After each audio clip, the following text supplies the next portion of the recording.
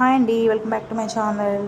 ఈరోజు ఒక special and my favourite dish ఏంటి అంటే very spicy taste yummy chicken dum biryani. అసలు ఇలా చేసి చూడండి ఒక్కసారి.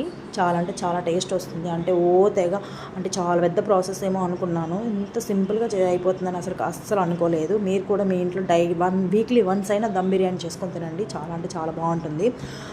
సో ప్రాసెస్ అయితే ఎలా చేస్తున్నానో చూడండి. చాలా అంటే చాలా సింపుల్, నాకైతే చాలా బాగా నచ్చింది.